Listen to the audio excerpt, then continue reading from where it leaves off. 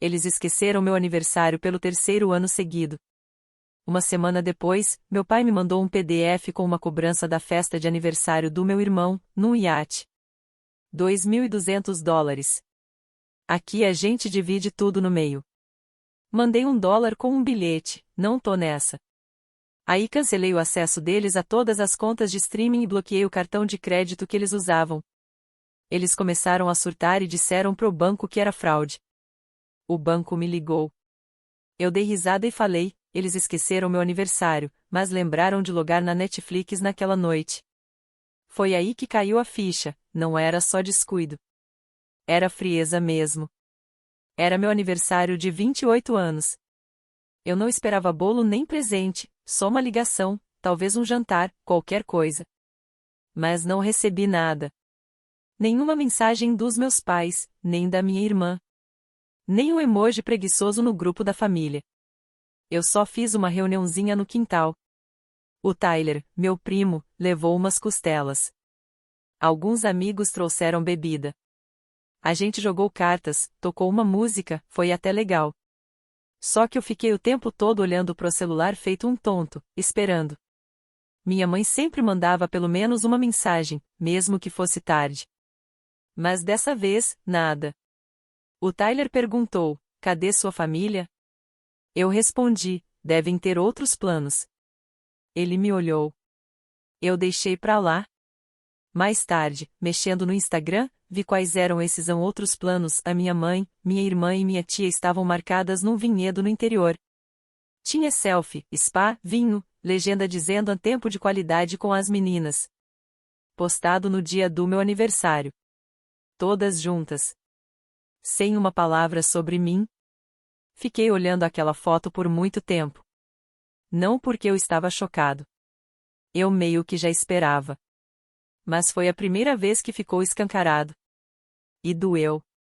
Sempre que eles precisavam de mim, eu tava lá. Minha irmã precisava de ajuda com o seguro do carro? Eu paguei. Meus pais disseram que o salário do meu pai tinha diminuído? Eu paguei a conta do celular deles. Eles estavam em todas as minhas contas de streaming, Netflix, Prime, Hulu. Até usavam um cartão de crédito no meu nome para emergências. A verdadeira emergência era se importar comigo. Naquela noite, decidi que chega. Sem briga, sem drama. Só ação. Entrei em todas as contas de streaming, saí de todos os aparelhos e troquei todas as senhas. Tudo, Netflix, HBO Max, Disney+, Spotify, Prime, tudo foi desconectado. Verifiquei os acessos, sim, ainda estavam usando. Na noite do meu aniversário, enquanto eu bebia uma cerveja no quintal com o Tyler, meu celular mudo, eles estavam vendo filme às minhas custas. Depois olhei o cartão de crédito. Minha irmã pediu 2 vezes no Postmates. Meus pais usaram para compras. Isso não era o combinado. Congelei o cartão. Liguei na operadora, cancelei tudo. Paguei o que faltava do meu bolso. Caro? Foi. Mas valeu a pena. No dia seguinte, começaram as mensagens. Minha irmã, a Netflix não tá funcionando. Minha mãe, o cartão do seu pai não tá passando. Você pode ver? Fiquei quieto. Depois, mais urgente. Minha mãe, a gente tá no mercado e o cartão continua recusando. O que tá acontecendo? Aí veio uma ligação do banco. Disseram que alguém reportou atividade estranha. Perguntaram se eu congelei o cartão. Falei. Sim. E não é fraude. Só cansei de ajudar gente que só sabe se aproveitar. Silêncio do outro lado. O atendente do banco não soube o que dizer. Pela primeira vez em anos, eu senti que estava no controle. Não com raiva. Só, no controle. Acabou. Simples assim. Eles nunca me viram como parte da família. Para eles, eu era só um caixa eletrônico com pernas. Nem obrigado eles achavam que precisavam dizer. Mas eu não tinha acabado ainda. Aquilo foi só o começo. Eu queria que eles sentissem o peso, o desconforto de não ter mais a ajuda que sempre acharam garantida. Se eu cortasse tudo de uma vez, ia ser fácil demais. Eles iam esquecer rápido. Então, fiz aos poucos, do jeito que mais dói. O desespero de verdade só veio quando os celulares deles pararam de funcionar. Aí sim virou um problemão. Antes era só um incômodo. Agora era um pânico real. Por que perder dinheiro? Eles lidam. Esquecer um aniversário? Eles arrumam desculpa. Mas ficar sem conexão com o mundo? Sem internet? Isso não dava para ignorar. Comecei com as contas e os cartões. Eles notaram, claro. Mas acharam que era só uma fase. Que eu ia me acalmar, me sentir culpado, e ia devolver tudo, como sempre fiz. Eu sempre fiz isso. Mantinha paz, pagava as contas, fingia que éramos uma família normal. Mas quando os celulares deles foram cortados, e sim, cortados mesmo, o caos começou. A conta estava no meu nome. Era um plano família com 5 linhas. Entrei lá, deixei só a minha e cancelei o resto. Feito em 15 minutos. Mais barato para mim. Desastre total para eles. Minha irmã me mandou mensagem no Facebook, conectada no Wi-Fi de algum lugar. Nem deu oi. Só veio com: você cortou nossos celulares? Você tá maluco? Eu li. Fechei o app. Não respondi. Mais tarde, minha mãe mandou um e-mail. Isso mesmo, um e-mail. Como se ainda fosse 2005. O título era: Me liga urgente. Dizia que eles estavam sem como falar com ninguém. Sem acesso a nada. Que estavam bloqueados de coisas importantes. E, o mais absurdo, que estavam se sentindo abandonados. Abandonados. As mesmas pessoas que riram e tomaram vinho de roupão no dia do meu aniversário agora queriam que eu me sentisse mal por não pagar mais as contas deles? Essa palavra, abandonados, ficou na minha cabeça. Pensei em todas as vezes que deixei de sair ou fazer minhas coisas para levar minha mãe em compromissos. Ou quando adiantei dinheiro pro meu pai pagar o seguro. Quando deixei minha irmã dormir no meu sofá depois de brigas com o namorado, sem nem perguntar o que aconteceu. Eu sempre dava. Sempre ajudava. E para eles era só ruído de fundo. Então eles vêm dizer que foram abandonados? Naquela noite, meu pai ligou. Atendi, só para ouvir o que ele ia dizer. Ele não perguntou se eu estava bem. Nem pediu desculpas. Foi direto. O que tá acontecendo, Mike? Por que você tá agindo assim? Eu respondi. Eu parei de fingir. É isso. Ele disse que eu tava exagerando. Que se eu tinha algum problema, era só ter conversado. E foi nesse momento que tudo fez sentido. Eles realmente achavam que não tinham feito nada de errado. Na cabeça deles, o problema era eu. Que eu tava sensível demais. Como se esquecer meu aniversário e me usar como carteira fosse algo normal de família. Eles não entenderam. E não iam entender. Foi aí que eu fui fundo. Fiz uma lista de tudo que eu estava pagando ou ajudando: delivery, Uber, armazenamento na nuvem, assinatura de revista, Amazon, tudo. Fui tirando um por um. Cada pedacinho do conforto digital que eles tinham e nunca pensaram de onde vinha. E aí veio o golpe final: tirei eles do meu Amazon Prime. Acabou o frete grátis. Acabaram os filmes. Acabaram os descontos. Parecia que eu tinha puxado o alarme de incêndio num clube de elite. Foi então que o tio James me ligou. Um dos únicos da família que realmente trabalha e corre atrás. Um cara pé no chão, não curte drama. Quando vi o nome dele na tela, quase ignorei. Mas atendi. Ele não gritou. Não mandou eu consertar tudo. Só falou. Fiquei sabendo do que aconteceu. Disse que a mãe dele comentou. Você ficou maluca. Aí perguntei o que ele achava. Ele ficou quieto por um momento e depois falou. Acho que você só colocou um limite, que já devia ter sido colocado há uns 10 anos. Aquilo me travou. Contei tudo pra ele. Desde o meu aniversário, a ida delas pro spa, até a parte em que denunciaram o próprio cartão como fraude só para me fazer ceder. Ele não me interrompeu. Só ouviu. E depois disse: só garante que você tá fazendo isso para tentar acordar eles. Não para destruir. Eu não respondi de cara. Nem eu sabia ao certo. Não era vingança. Não exatamente. Era querer que eles entendessem. Que sentissem como é ser deixado de lado, esquecido, como se não fosse importante. Mas quanto mais o tempo passava, mais eu via. Talvez eles nunca fossem entender. Talvez isso tudo não fosse para acordar eles. Talvez fosse para me acordar. A semana seguinte foi estranhamente calma. Não em paz. Só calma. Como quando o ar para antes de vir uma tempestade. Imaginava que eles estavam lá, tentando se organizar, montar um plano para inverter a culpa e me fazer voltar atrás. Era sempre assim.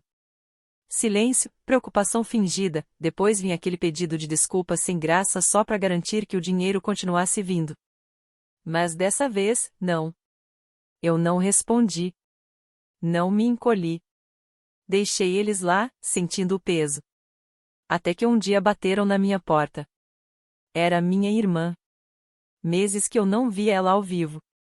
Tava de roupa de academia, sem maquiagem, celular sem bateria numa mão e copo do Starbucks na outra. Parecia que nem ela sabia se ia brigar ou pedir trégua. Ela falou: a gente pode conversar?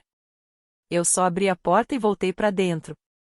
Ela entrou, sentou, ficou olhando em volta como se estivesse esperando alguém chegar junto. Depois perguntou: você já teve seu momento? Tá pronta para consertar isso? Momento. Ela chamou tudo isso de meu momento, como se fosse uma birra. Eu respondi: nada vai ser consertado. Não mais. Ela revirou os olhos e começou com o discurso. A mãe tá morrendo de preocupação, o pai teve que usar o telefone do vizinho para ligar pro trabalho, tá todo mundo estressado, sem entender por que você tá queimando tudo por causa de um dia. Eu só olhei para ela. Um dia. Foi aí que percebi. A diferença entre como eles viam isso e como eu vi era muito maior do que eu pensava. Perguntei: você realmente acredita que isso tudo é por causa de um aniversário perdido? Ela não respondeu. Só continuou falando que eu tinha pegado todo mundo de surpresa, que fui radical, que cortei tudo. Então, falei tudo que estava engasgado. Anos pagando as contas deles. Anos bancando tudo: celular, comida, TV, transporte. Vivendo às minhas custas, emocional e financeiramente. E nunca recebi um obrigado. Nunca fui chamado para nada que não envolvesse eu fazer algum favor. E no único dia que era só meu, um só, eles me deixaram de fora. Não foi sem querer. Foi escolha. Ela ficou quieta. Aí falou uma coisa que me atingiu em cheio. Disse: mas você nunca pediu nada. Como se isso justificasse tudo. Eu olhei e respondi: pois é. E foi exatamente isso que fez ser tão fácil me esquecerem, né? Ela não teve o que dizer. Ficou em silêncio. Depois foi embora. Sem gritar. Sem chorar. Só silêncio. Mas um silêncio diferente. Mais pesado. 2 dias depois, minha mãe me mandou outro e-mail. Dessa vez, não estava desesperada. Tava calma, até demais. Ela escreveu que estava decepcionada com o jeito que eu resolvi lidar com as coisas. Disse que eu devia ter agido como uma adulta. Que cortar contato com eles foi egoísmo da minha parte. Egoísmo. Essa palavra ficou entalada na garganta. Vindo justamente da mulher que usou meu dinheiro para reservar uma viagem para um vinhedo, enquanto fingia que eu nem existia. Egoísta? Eu? Eu não respondi. Mas a coisa só piorou. Descobri que aquela viagem pro spa que eles postaram nas redes sociais foi paga com pontos do meu cartão. Um cartão que eu mesma adicionei eles, anos atrás. Meus pontos, minhas recompensas. Eles usaram tudo isso para fazer festa, para curtir, sem nem me avisar. Foram para hotéis, jantares, tudo no meu nome. Eu nem sabia. Só vi quando entrei no histórico da conta. Eles não só me ignoraram, eles comemoraram às minhas custas. Foi aí que algo dentro de mim desligou. Toda a raiva, toda a tristeza. Parou de ferver. Só esfriou. Eu parei de ficar brava. Parei de querer que eles entendessem. Eu só queria distância. Paz. E isso queria dizer: nada de explicações. Nada de segundas chances. Liguei pro banco e tirei o nome deles de tudo. Depois, fiz uma denúncia formal sobre o uso indevido do meu cartão. Pedi investigação das compras.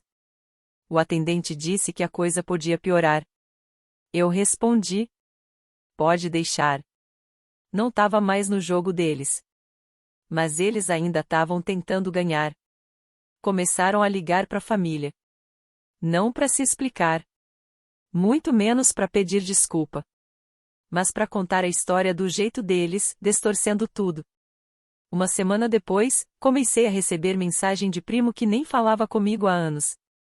Ei, não sei o que tá rolando, mas sua mãe tá muito magoada. Talvez seja bom conversar antes que isso vá longe demais. Um deles até mandou: todo mundo erra, cara. Ela ainda é sua mãe. Essa parte me fez rir. Eu nem tentei discutir. Pra quê? Eles não sabiam da história toda. Não estavam lá quando eu virei à noite ajudando minha mãe a pedir um auxílio depois que ela destruiu o próprio crédito. Não viram quando eu deixei de sair para jantar para pagar conta que ela tinha esquecido. Eles só viam o drama agora e achavam que eu era errada, só porque fui a única que resolveu fazer barulho. Minha mãe sabia direitinho o que estava fazendo. Ela chorou para as pessoas que não sabiam da verdade. Fez todo mundo sentir pena dela e deixou os outros virem me pressionar.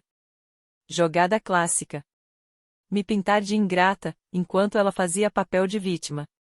Mas nem todo mundo caiu nessa. Minha tia Lisa, irmã do meu pai, me ligou. Sempre gostei dela. Direta, sem frescura. Ela falou: já ouvi umas 10 versões dessa história, e 9 são pura baboseira. Me fala você, o que aconteceu de verdade? Aí eu contei. Sem enrolar. Falei do aniversário. Dos cartões. Do streaming. Dos anos bancando tudo pra eles. Eles me faziam sentir como se eu fosse o plano B. Como se eu só existisse quando o plano A dava errado. Como se eu nunca tivesse sido a primeira opção. Minha tia Lisa não me interrompeu.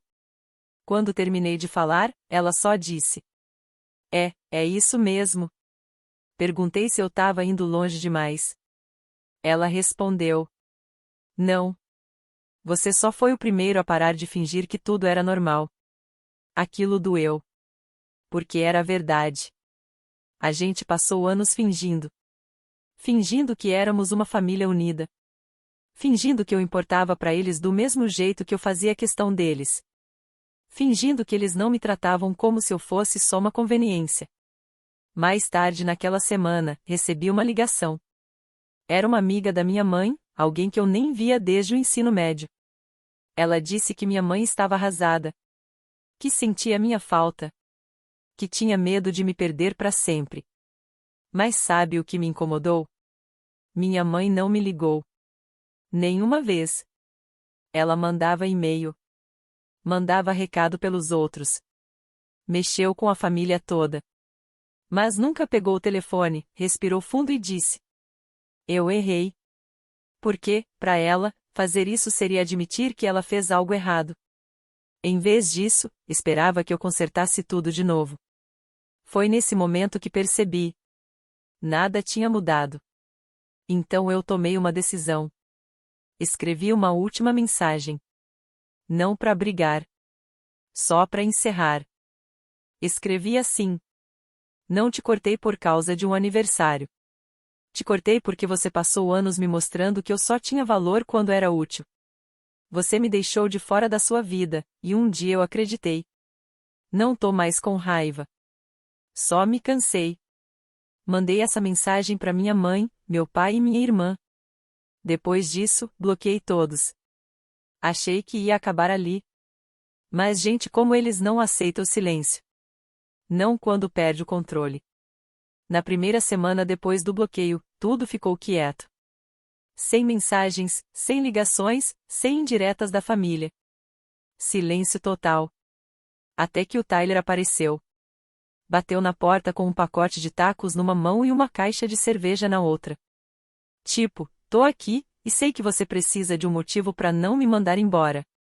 A gente sentou na varanda. No começo ele não falou nada. Abriu uma cerveja e me deu uma. Aí ele disse: Sua mãe tá ligando pra todo mundo. Tá dizendo que quer resolver as coisas. Olhei pra ele e perguntei: Resolver o quê? Ele deu de ombros. Ela só falou que quer conversar. Tá dizendo que não queria te magoar, que as coisas saíram do controle. Aí eu fiz a pergunta que eu mesma já tava me fazendo há dias. Ela já admitiu o que fez de verdade? Tyler ficou quieto por uns segundos. Tomou mais um gole da cerveja. Depois falou: Não. Só disse que tudo foi longe demais e que queria que você voltasse. Voltasse. Essa palavra ficou ecoando na minha cabeça a noite toda. Não era um pedido de desculpa. Não era a gente entendeu, a gente errou. Era volta, como se eu fosse quem se perdeu. Como se eu fosse quem se afastou sem motivo. E agora tivesse que voltar para onde tudo sempre foi do jeito deles. Voltar pro lugar onde eu pagava as contas, ficava quieta. E fingia que nada nunca aconteceu. Eles não queriam resolver. Queriam retomar o controle. Não falei muito com o Tyler depois disso. Ele entendeu. Ele sabia exatamente onde eu estava, não só fisicamente, mas emocionalmente também. Ele balançou a cabeça, como se já soubesse o que ia acontecer, e deixou o resto dos tacos ali. Mas naquela mesma noite, aconteceu uma coisa que mexeu comigo de outro jeito. Minha irmã postou um textão no Instagram. Não falou meu nome, mas também não precisava. Era só um monte de frase indireta, tipo: Tem gente que esquece de onde veio. A traição vem de quem você menos espera. Metade dos comentários eram de amigos perguntando se ela estava bem. A outra metade era de gente dizendo: Você sempre fez tanto pelos outros, e tem gente que não valoriza. Eu ri. Eu acompanhei a vida dela nas redes por 5 anos. E agora, do nada, ela se colocava como a vítima. Como se fosse ela quem tivesse sido deixada de lado. 2 dias depois, recebi um e-mail da minha mãe. Assunto: vamos resolver isso. Quase deletei sem abrir. Mas algo me fez clicar. Era uma mensagem curta. Nunca quis que chegasse a esse ponto. Cometi erros. Agora vejo isso. Mas ainda somos sua família. Volte para casa. Vamos conversar. Vamos consertar isso.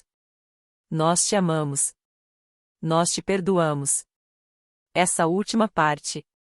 Nós te perdoamos. Como se eu tivesse sido errado. Como se eu tivesse deixado eles de fora do meu aniversário. Como se eu tivesse esvaziado a conta deles ou bloqueado eles da própria vida.